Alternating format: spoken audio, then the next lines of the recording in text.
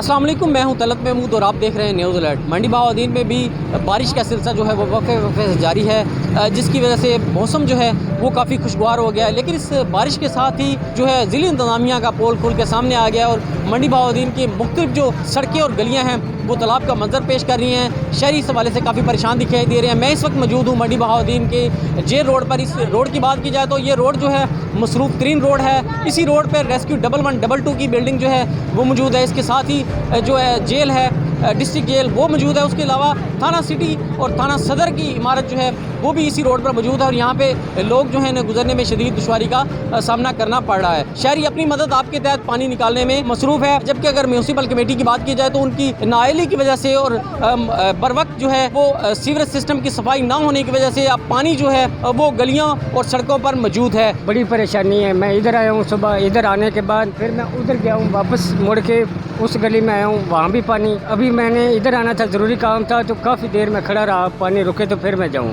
Please हुकूमत को चाहिए ये थोड़ी सी हमें रिलीफ दें, हमें कोई बेहतरी के लिए कुछ बेहतर करें। जिथे जिथे असीं गए आ तोड़ सड़क उत्ते पानी पानी है, घरां विच पानी है, बिल्कुल इत्थे गंदगी है, सामने रोड उत्ते आ गई है। इस वजह तो ना निकासी वाला कोई इत्थे सिस्टम ही नहीं है, किधरे पानी निकल जाए। दूसरी तरफ महकमा मौसमियात का ये कहना है कि ये बारिशों का सिलसिला जो है वो 2 दिन तक जो है वो वक्फे से जारी रहेगा। शहरी को ये कहना है कि ज़िली इंतज़ामिया जो है फिलफौर जो है इस पानी की निकासी का जो है वो इंतज़ाम करे।